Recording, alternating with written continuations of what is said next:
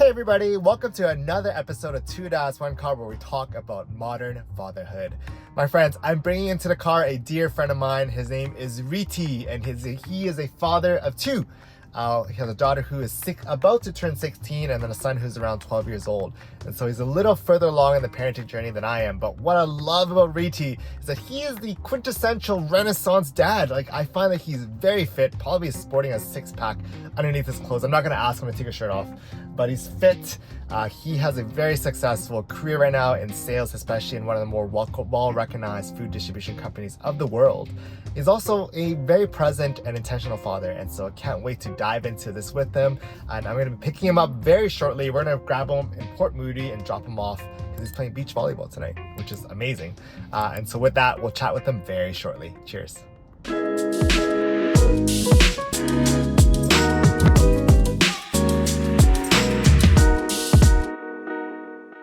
All right, well, let's dive in. Riti, I did an introduction to you just earlier. Why don't you just walk us through your family, like number of kids, rough ages, and then we'll kick it off from there. Yeah.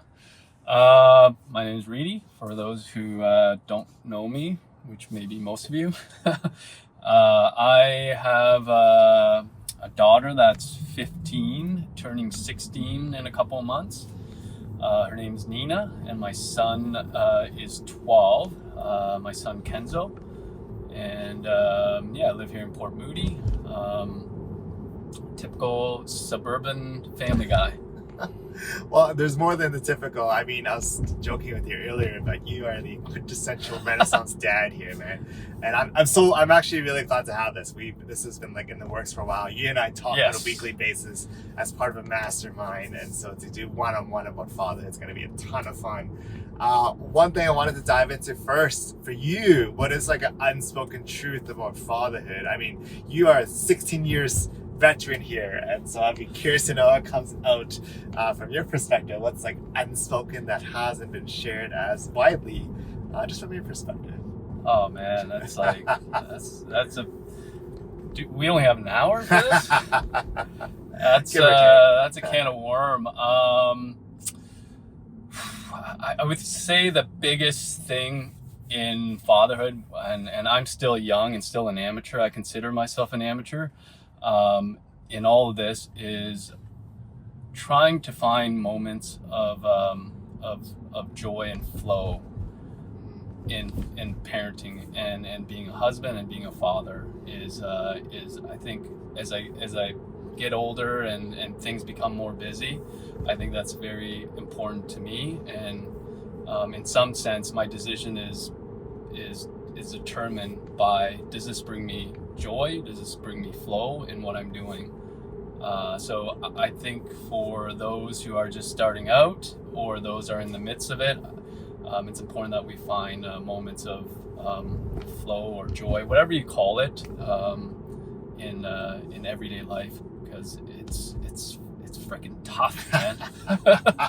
How do you cultivate that, Riti? Oh man, it started like I was actually struggling for a while, and like most people, I was living day to day, just trying to survive, really, and just being reactive to just everything. You know, like, oh, I gotta drop kids off, I gotta do this, I gotta do that. I got work to go to, I got meeting, I got, you name thousands of things you need to do as a father. And then I think just recently, about, I would say maybe it's the midlife crisis at your 40. I don't know. I really, I wouldn't say I'd be like depressed, but it's more so like, what am I doing, man? Like, what am I living for? Is this how life's supposed to be? Just living day to day, working at your job. And I was really searching for more for meaning and living intentionally. And so I guess back to your question, like, how do you cultivate this? It's really just being intentional and trying to figure out, like, why are you living this life? And really, like, what is your life, your why? Like, what are you getting up for? Are you getting up for just working? Are you getting up for just like reacting to what comes at you? And so I really started to took a really big deep dive into, like, I geeked out on it, I'll be honest. I love it. Putting a vision board, understanding and trying to find what is my why, and really just trying to, just define what makes me happy, what's the life I want, envision for myself and my family, and then that really just, snowballs effect into living my life and being intentional on that aspect, which is how I call flow or joy or whatever you call it, ikigai. I think I mentioned that to you. What's interesting is that you and I probably first connected when you're in this new phase of life. Yes, yeah. Because you didn't see pre Riti where he was like, I mean, to some extent, I'm still, like I just mentioned before the recording, I'm still a duck paddling wildly underwater, but I find that I'm a little bit more calm, and because I think I have a compass or a guiding, North Star on what I want and why I'm existing. Yeah, but yes, you didn't see pre-Riti. I'm glad you didn't. I mean, this is really interesting because this is a theme that I'm starting to hear a theme from, that pivot from reaction to being more proactive, right? And like that is an interesting pivot point because you're right, it's easy to fall into, and I'm starting to feel like I'm falling into that reactive mode, right? Files, emails, Slacks, calls, emergencies, left, right, and you feel like you're in this hamster wheel. Yeah. Right? Yeah, 100%. Yeah. Like, what was the turning point when you're like, okay, this is not working? Like, was it the 40? Yeah.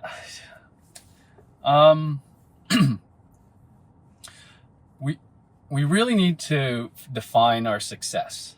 And I think at 40 or before 40, I've generated and earned the amount of money I wanted, and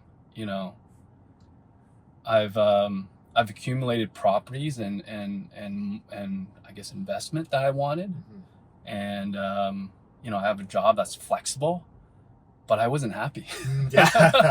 I'm like, oh man, like I couldn't imagine, like growing up, we grew up poor, like not having much money. We're immigrants, and like I'm, both my wife and I, we're driving a Tesla like you here, and it's like, for some people, having a Tesla is nice, and now we have two, and I was like, okay, I got the car I wanted, and then we live in a nice area outside of Vancouver, and I have an awesome job, and all that flexibility, income, blah, blah, blah, is like ideal. And then I just didn't feel like the happiness that I should have felt, right?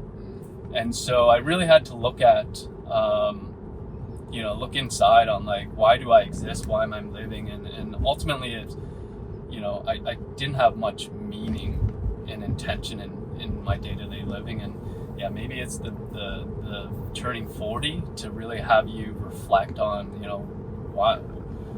I guess the easiest way I can explain is how I explain in my consulting practice is like, are you optimizing for the right thing? And so I really had to look and like ask myself, am I optimizing for the right thing? Like, what would define your success? What does success mean to you? Is it money? Is it wealth? Is it status? And that's where I really had to reflect and define my own success and create this vision board and identify what is my why, just to bring a little bit more meaning and purpose in my life. So yeah. That's such a great perspective, right? Because you're right. There's so many markers that we hit as men, right? You are. We didn't even mention how fit you are. You can't tell in the audio, but in the video, on YouTube, right? Like you still look like you're in your early 30s, right? By all means, right? But fitness aside, but you're hitting all the career markers, right? Like I think you probably rank top in sales in your company. I recall you being flown out to like some beautiful country, all expenses paid for. But I got lucky on that. But beyond that, right? You're thriving in your career. You hit you got the house in the nice suburbs, which we'll be driving over there in a bit. You have the cars beyond, but you have that reckoning moment. It's like, wait a second here. There's something deeper that is lacking here, right? How did that trickle down, do you think, to your kids at that stage? We're talking about Riti before I met you. Yeah. Before Steven. I'm not saying I'm the inflection point here, but like before the 3 years, like, you know. Yeah. Prior to me, I guess, coming to this realization, how do I do it with my kids, or after? How did that manifest? Like the pre-reading, like did you find yourself? Did you feel like you were less patient with your kids? Was there like something? Oh, for sure, man. Yeah. Oh, walk me through that, please. Yeah. Oh man.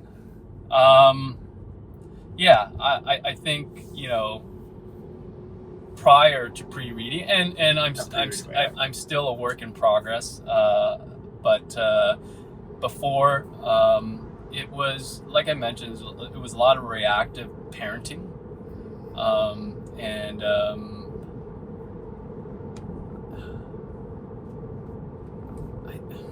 I wouldn't say I yelled at them a lot, but I'll tell you a defining moment, actually. Please, yeah, actually. And I'm trying. I'll try not to tear up just thinking about this. It was about 2 years ago. We have a mutual friend. Yeah. His name is Jim. He Yeah. lives in Hawaii. And 2 years ago, I went to visit him, and I don't normally. I mean, if you're a family guy, you don't normally travel by yourself unless it's work related. Like, we don't normally travel for personal reason. So I happened to, you know, Jim asked me a few times to come out, and, you know, it was hard to find a time and schedule that works, but I was finally able to get out there and visit him. I had a good, you know, 3 or 4 days out visiting him, and during that time, it was my wife with my kids, and you know, we keep in touch. It's like, hey, how's the day going? How's school? Blah blah. And when I got back, my kids were like so happy I was gone. Oh, and I was like, oh. And I was like, you know, how was it? It's like, oh, Dad, it's like, it was so fun with Mom, and no yelling at me, and, you know, just all the negative association with me being present. And it really hit. It's like, am I really that bad guy?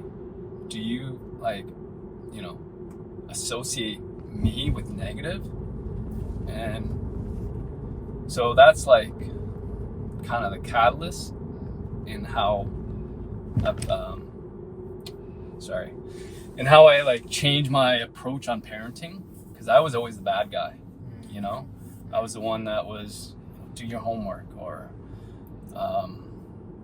very stern on them, and it's just like, I needed that, you know, to like, hey, if this is how your kids view you, it's like, do you want to be viewed like that?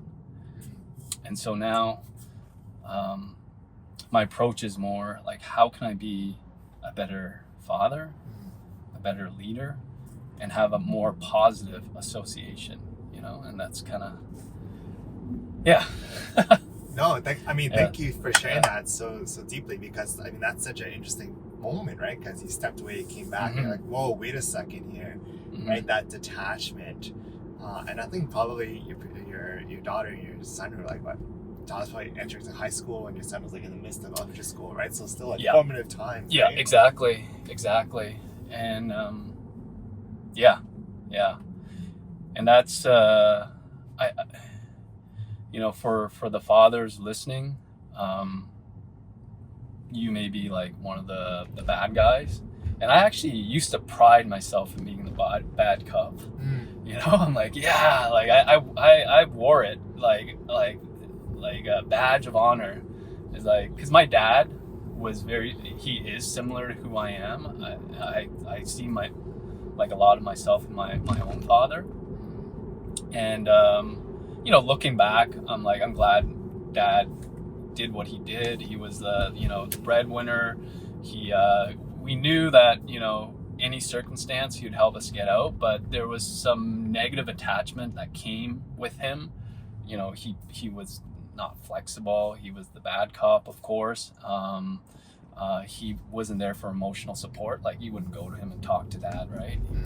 So, I mean, this generation is a little bit different. It definitely changed on how I parent and in my approach to be conscious of not being the bad guy and not putting that label on me, and and just being better parent, better leader. Do you think like nowadays, if you were to take a trip back and come back home, it may have changed? Yeah, 100%. Actually, you know what's funny? We're actually going to be going to Hawaii together. Yeah. Oh, yeah, that's right. In October. Yeah. I should ask them, how was it when I get back? And I was like, I missed you. Yeah. I mean, I'm very confident it would have changed, because, you know, I'm more intentional in not just being, and you still need to be in some sense a bad guy. Like I haven't diverged from it, but I've added bad guy with a lot of sprinkle of good guys, and trying to be more present and creating joyful moments with my kids. So I'll give you an example. Like my daughter, who's again turning 16 almost, is recently getting back into trying to play team sports. She used to play soccer. I'm a big proponent that sports is really good in teaching your children a lot of life lesson. So she took a break from soccer, and now she's going to actually start playing volleyball. She's shown some interest, and I'm actually I'm going to volleyball right after this. Yeah. In my beach volleyball league. So I played it throughout high school, and I love playing it. I still play it, and I'm training her. She's brand new beginner, but man, she is a natural in setting, bumping. She's a natural. I can tell she's already going to be good. And so these moments where we have a shared interest, like I really cherish, and it you know, it creates joy in those moments, and like flow, and that's I think that's a lot in my philosophy these days, is how I can find more moments of flow and joy, whatever you want to call it, with my kids. You already know I spend a lot of time with my son in his soccer. I coach him and I train him, and so I was missing a little bit of that with my daughter. So now having that shared interest in volleyball and getting her trained and ready to try out for the school team, I'm really, really enjoying it. But yeah. This is a recent development, eh? It's right? It's so recent. It's 2 weeks ago recent. Oh, wow. Yeah. So, no, I'm really enjoying it. But outside of sports, I think it's very important that we find some commonality with our kids, so that we can share those moments where we both have fun, have joy together, right? And I think it's better to experience those with those who you love, whether it's your kids or even your friends, right? If our mutual friend Bruce, we love hiking, so we often go hike together, and me and you are part of a book club. We both enjoy reading and growing, and I think it's very important you find those mutual interests, so you can share moments of joy and happiness together, right? And my takeaway from what you're sharing there is just like finding those common elements with your son or your daughter and really doubling down on it. Oh, right? 100%. Yeah. Because you're rare. Yeah. More rare, I'm guessing, as they get older, right?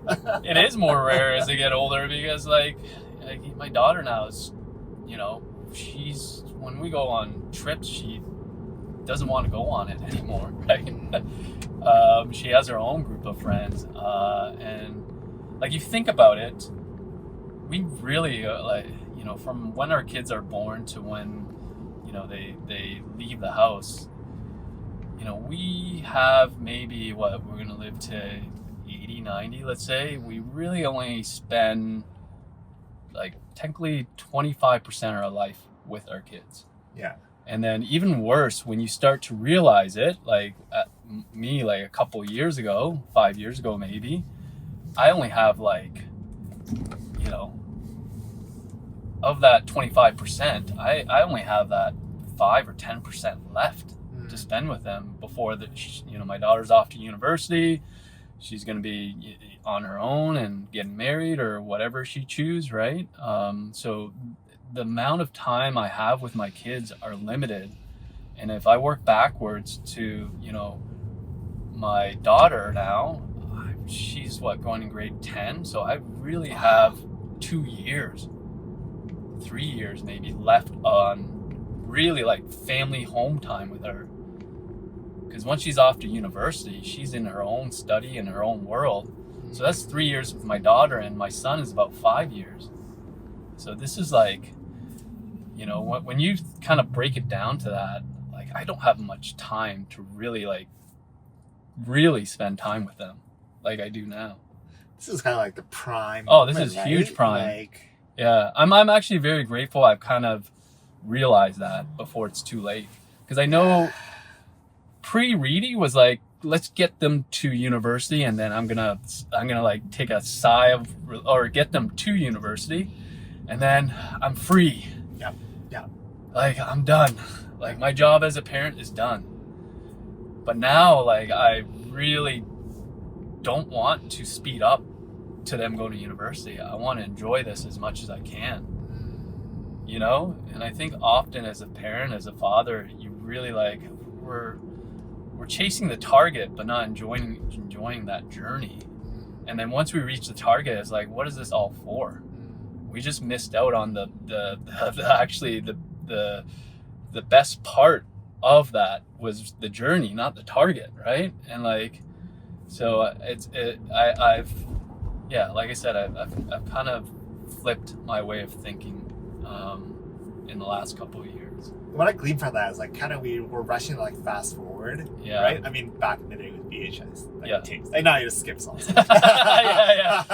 None of this fast one, these old geezers, right? But like you're trying to fast forward to the end, right? And your reflection is like, what is this for? You know, if I can ask a counterpoint, because I'm sure the other counterpoint is like, well, you know, because you're so disciplined, they are now really good at where they are with soccer and school, and now like if you're not being as like on it, like what is this all for? I don't know. I'm trying to figure out like a counterpoint to this and how you would address that, because I'm sure you said your dad was very similar. It was like, oh, look at you, right? You guys came from, you know, rags to riches. Well, I guess in Vancouver it's like okay. It's hard to be rich in Vancouver. Yeah, it's very hard to be rich. Like unless you're like Chip Wilson living by the water, right? But you know what I mean here, right? Yeah. So I just curious to know how you address that counterpoint. Yeah, just so I'm kind of clear on what you're asking. So the counterpoint on meaning, it's kind of like what you were doing before seemed to be working, right? Like why change? Right? Yeah. Right? The kids seem to be doing well. Like they have some innate talent. Like they're doing like. Yeah. Yeah. Okay, that's a good point.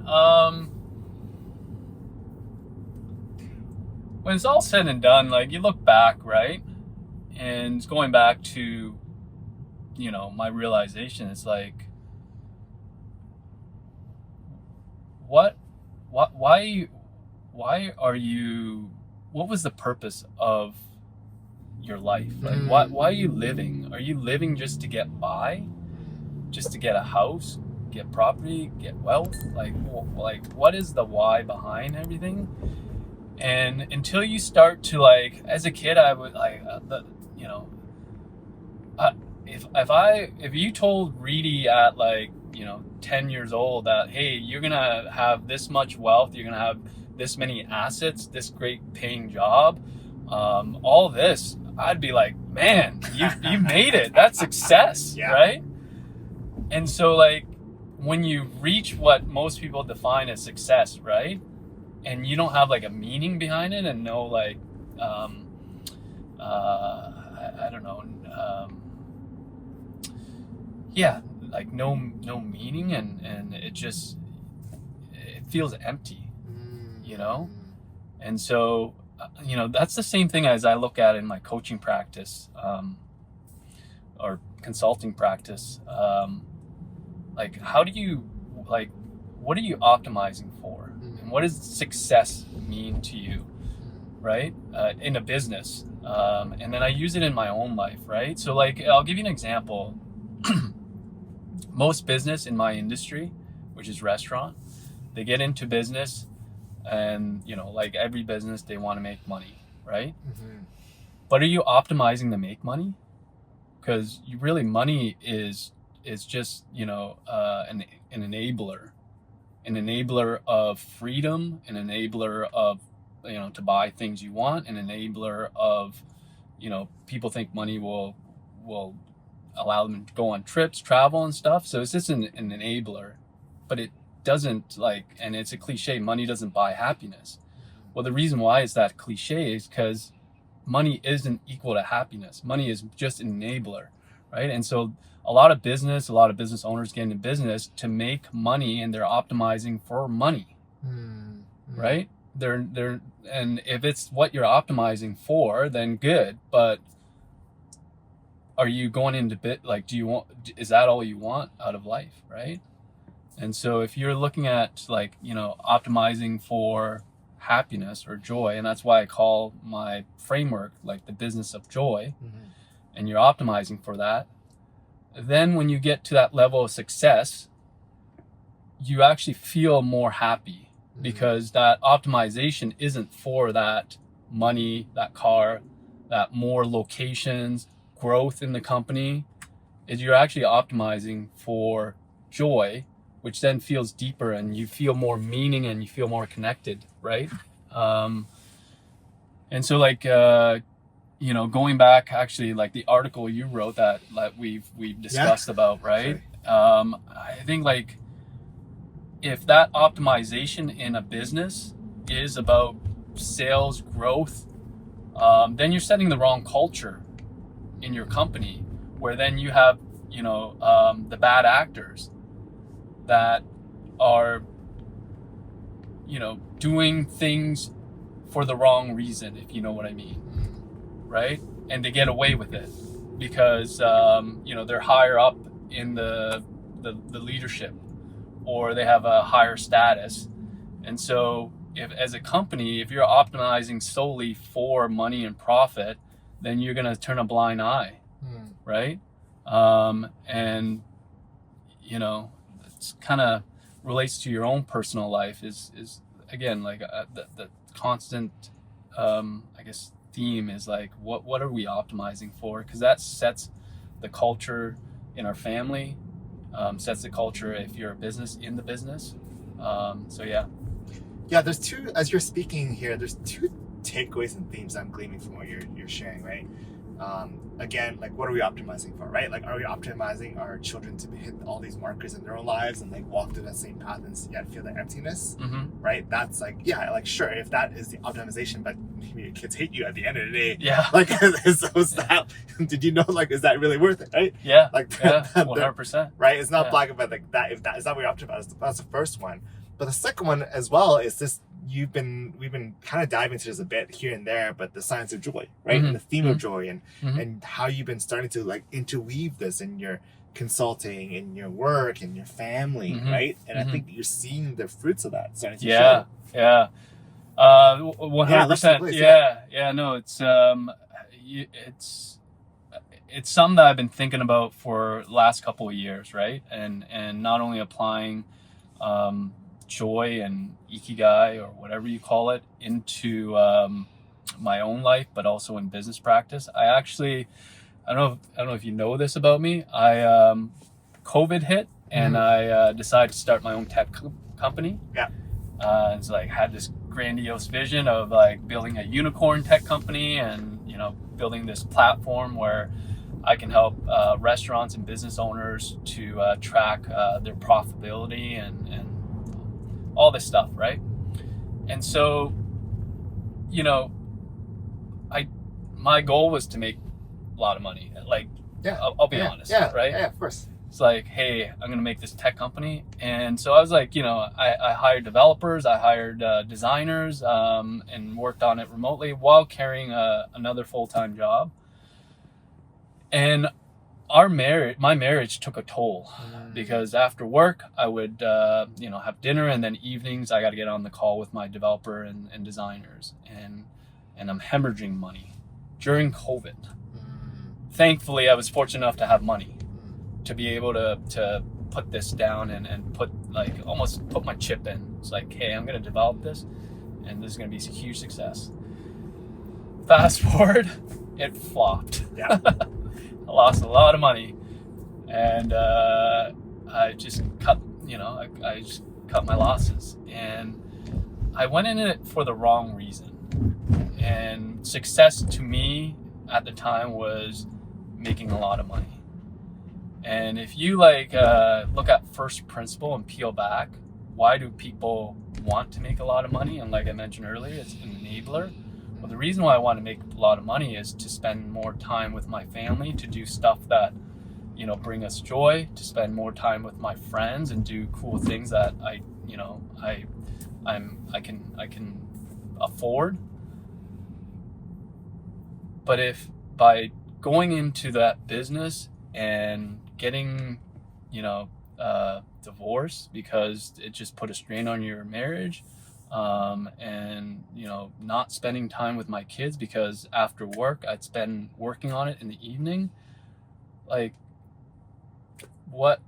defeats the whole purpose, right? So I guess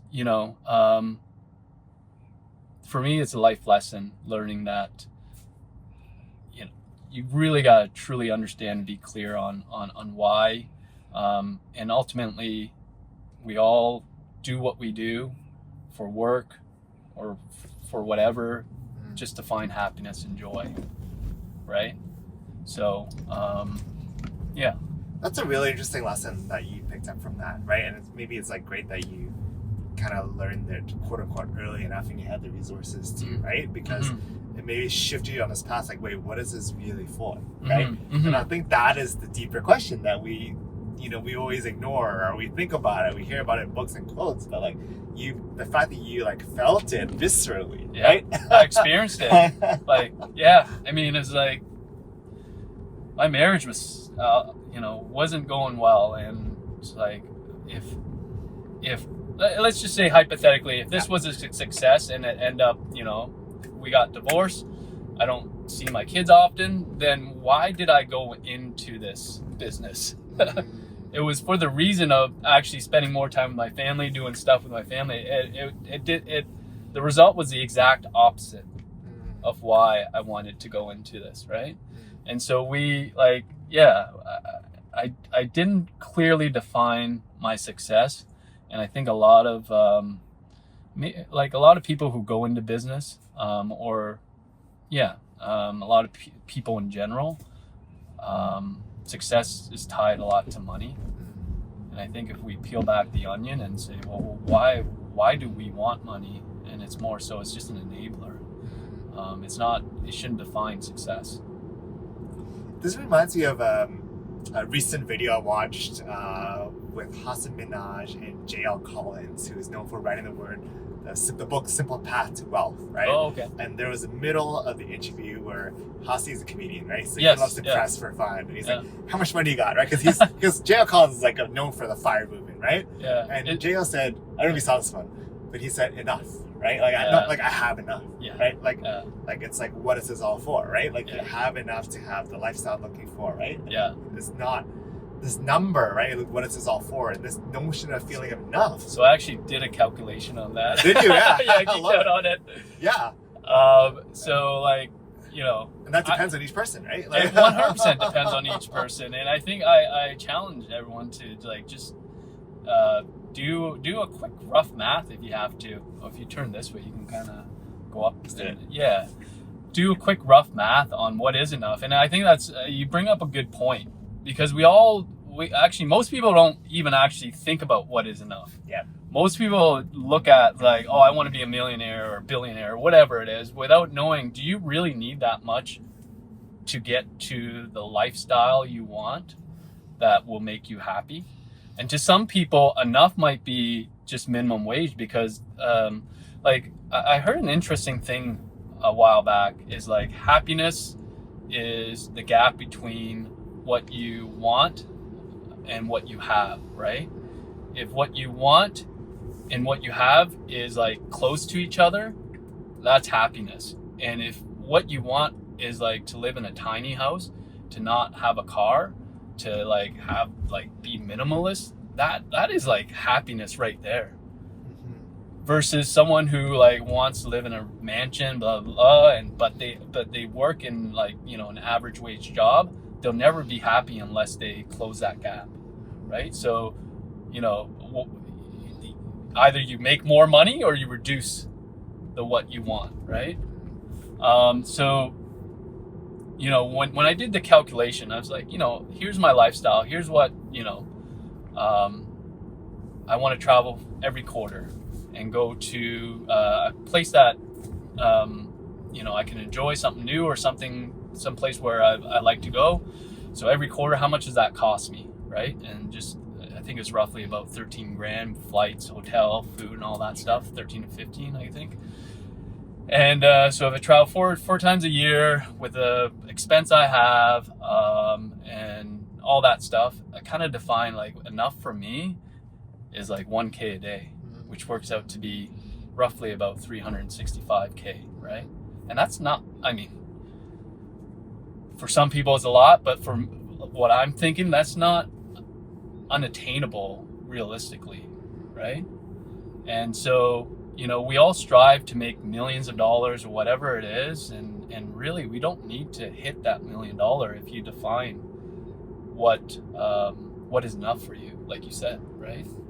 And you know what, if I reduce my travel and if I reduce my expense, it could be even a lot lower than that. Yeah, and right? it probably changes over time too, right? Oh, as yeah. different things come up, and like, but I think it goes back to what you said earlier in the very beginning. Is just thinking about like the intentionality, right? And just like really sitting down, like, what does enough look like at this point, right? And I'm sure it evolves and changes, right? We always want to be growing and developing as, you know, as parents, as humans, and beyond, right? And I see you're on this like, you know, it's inspiring because you're on this journey, right? And the fact that you're like, oh my, I only have like 2 more years until my daughter goes into college, right? Assuming that's the goal, whatever the goal is, like, but there is that short window of time, and you're like, okay, you had that realization that you shared earlier about, oh, my kids were happier when I was gone, right? Yeah. Because it's like, yeah, there's that, but also the relationship piece. There's so many aspects to it to kind of interweave.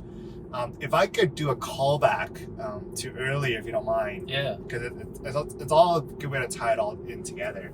So, you know, one of the things that I wanted to dive into, and you alluded to this in this LinkedIn post that I talked about, is really, you know, you're coming at this from the perspective as, you know, a father to a teenage daughter. And, you know, there's articles out there and stats that's showing, you know, the prevalence of sexual harassment and inappropriate behavior on college campuses. I think in Ontario, I think 70% of people reported experiencing that. And in the US, just broadly, it's maybe not that high, but like it is a pretty high number. I think the number that's being thrown around is like 25 to 30%. Whatever the case is, numbers aside, we could argue about the numbers, but the fact that this is a by the way, 70% is way too high, man. Yeah. It's like, that's high number, man. Yeah. So you're basically telling me there's a likelihood my daughter will experience. That's like really high. This was in the Ontario Education website. Who knows, right? Yeah. No, I'm not saying that you're wrong or anything, but that's as a father of a daughter, it's like, man, that's jarring. That's And you're much closer than I am, and I'm in the legal profession, and we could go deep into that in a separate topic. But how are you thinking about it as a dad? Like, does this worry you at the least?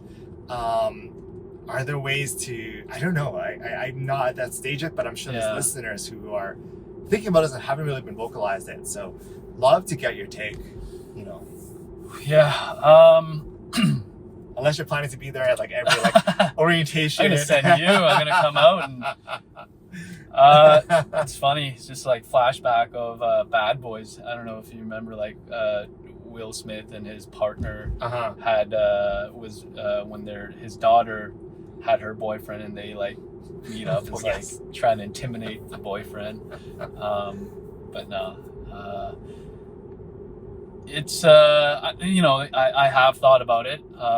So I'm married to a Japanese person, and there's it's unfortunately it's common that people or females in Japan have some sort of case or run-in with sexual harassment on the train or commuting.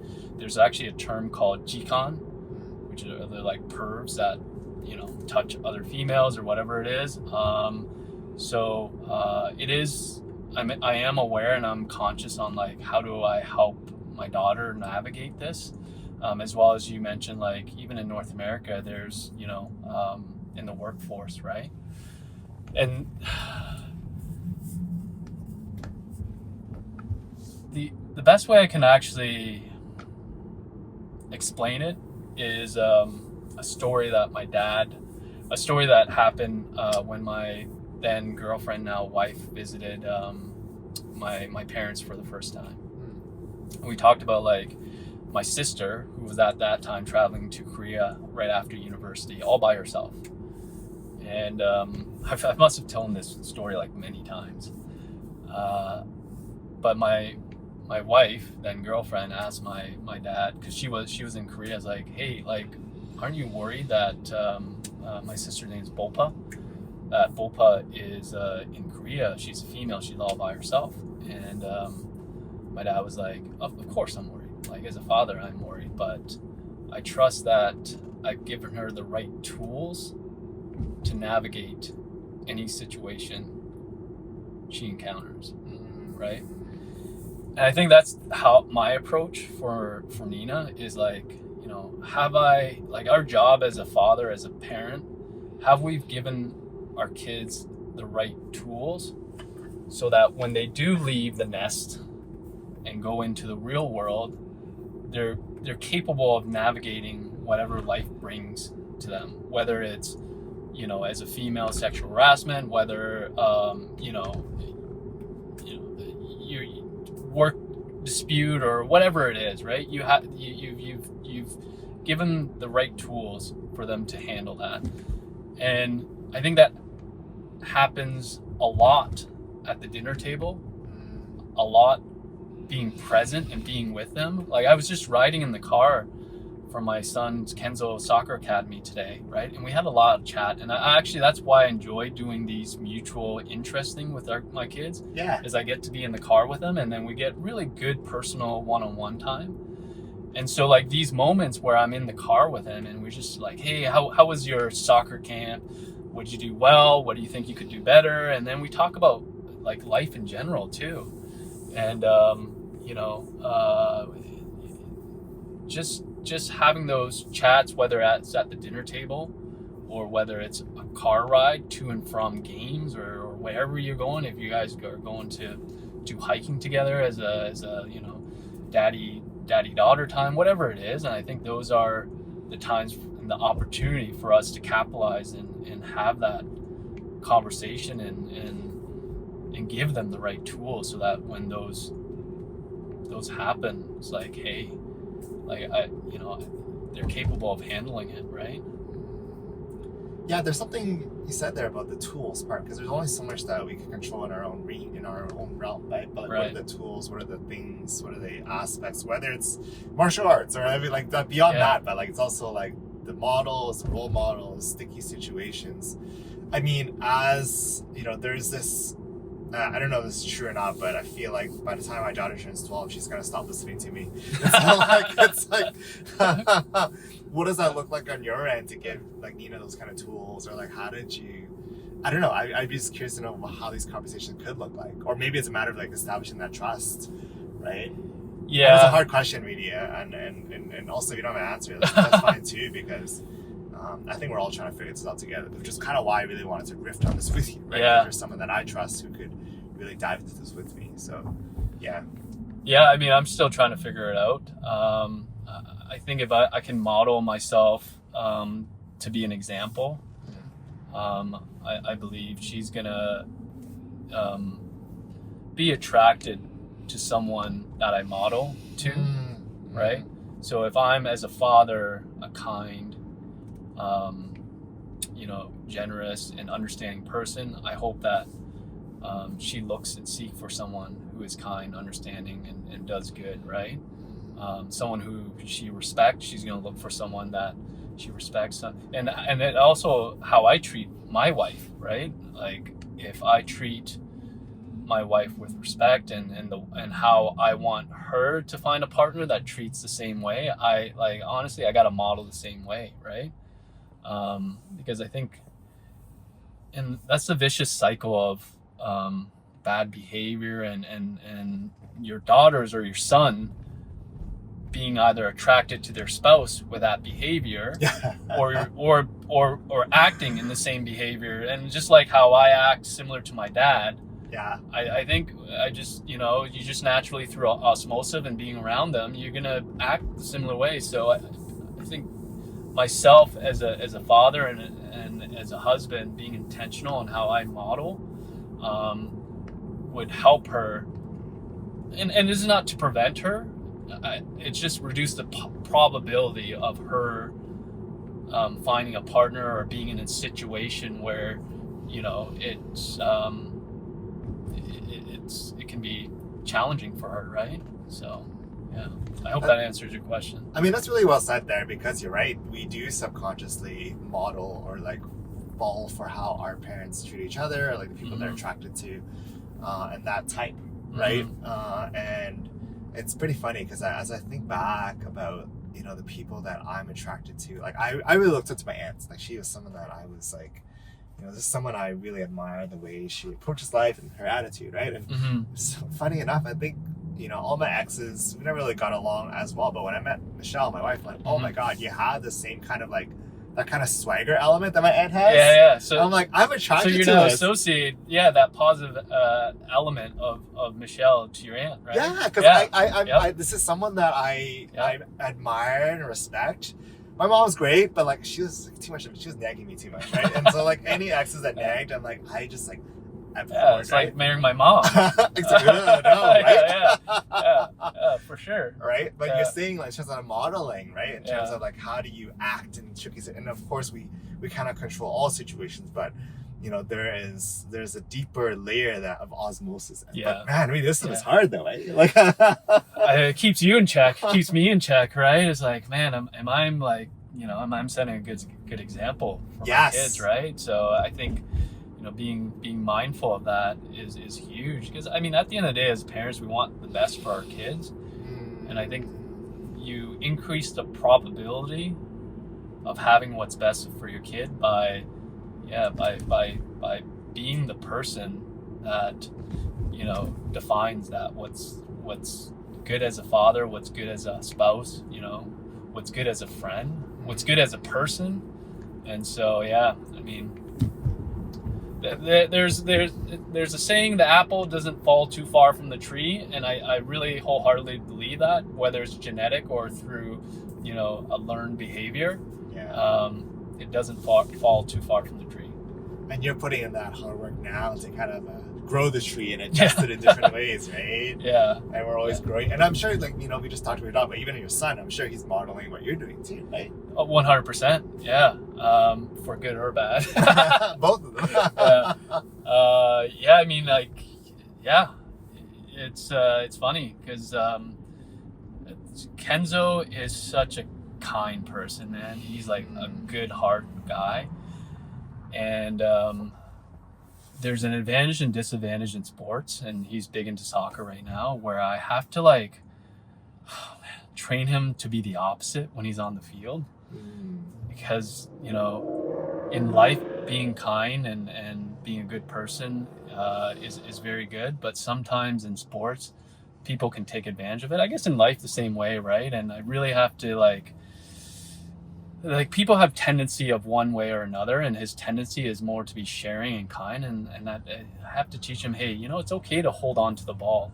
If someone asks you to pass it and they're not open, or they don't see that they're open because someone's behind them, like, hold on to the ball, because the probability of your team being successful because you have it is better when you have the ball versus someone who's not open and think they're open. And so just like, I don't know. And I don't know if it's a good or bad thing, right? But just understanding sometimes, your kids have certain traits in them that is beneficial in some situation, but can be detrimental in other situation, and how you coach them, share them. And honestly, that was me playing sports. And I told my son actually the other day, is like, when I started taking my game to the next level is when I actually Can I swear in this? We can filter it. Okay. When I didn't give a, Yeah. about what other people think. And that was when like it literally like was next level, and I started to play for myself. Yeah. And that's what I'm telling my son, play for yourself. Yeah. Don't play for me. Don't play for your coach. And I was like, Kenzo, I'll always be your biggest fan. Like, there's no one that's a better fan or your biggest fan. Like, no one will be a better fan than me. So no matter what you do, I will still be your biggest fan. So I want you to play for yourself and not give a... Yes. Right? And so, because I know his tendency is very similar to mine. Is like, we worry about, like, we're people pleaser. And we're like, we want to make our coach feel good. We want to make our teammate feel good. And when you're not playing for yourself, it holds you back. That's really interesting because it's just providing these tools, right? Yes, for them that's to exactly work and play with, right? It's like, what would I tell Riti at this age? Yeah. If I had to go back. Yeah. Because, my parents, my dad and mom never watched my game, didn't play sports. Yes. And it's not to their fault because they were just trying to survive as immigrant, right? So, it's like, how do I pass down the tools, what I've learned back to my son, my daughter, right? Yeah. That's amazing. Well, Riti, we covered a lot in this episode, and I do want to roll into, really my last question for you here is that, as you head into this next chapter of fatherhood or next stage of fatherhood, what is something that you're excited about and looking forward to, right? In your chapter of fatherhood right now? Yeah. Like the biggest excitement is right now, at least, thinking that trying to get my daughter into her team volleyball team. So I'm like really excited to spend more time and training her and coaching with her because I enjoy playing it, and I'm really happy that she's taking on the sport. And same with my son, just continue. But overall, is like I mentioned, I literally only have 2 years left with my daughter before she goes to university, and then my son about 5 years. And instead of rushing and can't wait to them get to university, is that like, how do I spend more time with them and more time of like joy and flow with them? I'm excited about that. That's amazing. Well, Riti, before we end, I just want to appreciate you. I learned a lot today, even more so than our weekly chats, because there's this deeper intentionality element, and the fact that you framed it in a way, it's like you only have this many years left, actually. And for you sharing that moment in Hawaii, and like that was the moment of reckoning, right? The moment of awakening. You're like, oh, what is this all for, right? Yeah. And seeing that, what a beautiful arc to the story. And I can't wait to be in Hawaii with you in October. Yeah. And we come back and see what's changed. I hope they say something different. They don't have to say, I miss you so much, Dad, but at least not the I'm glad you were gone. We had so much fun with you away. Oh, right. I hope I've changed the narrative of how they view me, and hopefully, I'll be honest. I hope they say we miss you, Dad. And that ties back. Giving me chills here. That's gonna tie back into the signs of joy here, all throughout. Well, I'm just gonna park off because I know we're gonna do some beach volleyball with you in a little bit. I'm not playing. I'll just be jumping off. It might be right here. It is right there. We're a little bit early. We'll go for a walk around the park. Go for a walk around the park. But hey, appreciate you. And thank you for joining me on Two Dads, One Car. Yeah, well, thank you for having me. Hope your audience gets some insight or value out of it. Awesome. Okay, well, we'll do a debrief after this. We'll just park off and close it out. Thanks, all. Sounds good. Thank you. All right, that's a wrap. That was so much fun. Thank you so much, Riti, for joining us on Two Dads, One Car to talk about your journey. My gosh, my favorite moment of our conversation was probably halfway through, when Riti shared the story about coming back from vacation and his son and daughter expressing that they were happy that he was gone. And that being like his moment of reckoning that, I gotta shift. Because you're right, you could chase all these titles, you could chase the wealth, the assets, and think that what you're doing is on the right track, but that probably hit so hard. And Riti, thank you for sharing that, because it's such a moment for us to all think about and reflect, because what are we doing this for, right? I think it's easy to go through the emotions and be reactive, but how do we go from reactive to being proactive? And that's an extra layer of intentionality here. And so I could see us re-chatting about this again, maybe through a workshop or beyond, because I think this is the critical element for us as modern dads in today's society. And so with that, thank you all so much for listening in. Check us out on Spotify, on Apple Podcasts, on YouTube. Follow me on LinkedIn. I'd love to chat with you one-on-one. If you liked what you heard, please share. That's how we grow as a podcast, and we're doing really well, really because of listeners like you. And so with that, I'm going to close it out. Thank you all so much. Have a great day. We'll chat again soon. Take care. Bye.